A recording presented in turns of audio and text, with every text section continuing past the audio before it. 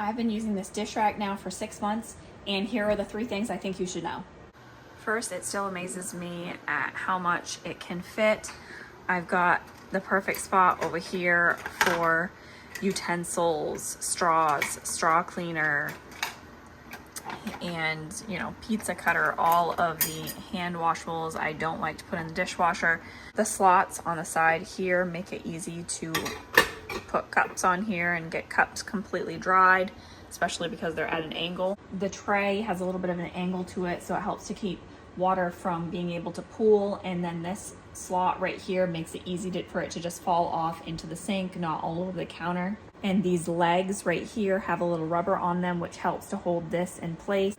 My dishes dry faster in this more than any other method that I have tried. The second thing is that it truly is rust resistant. I still don't have any rust at all.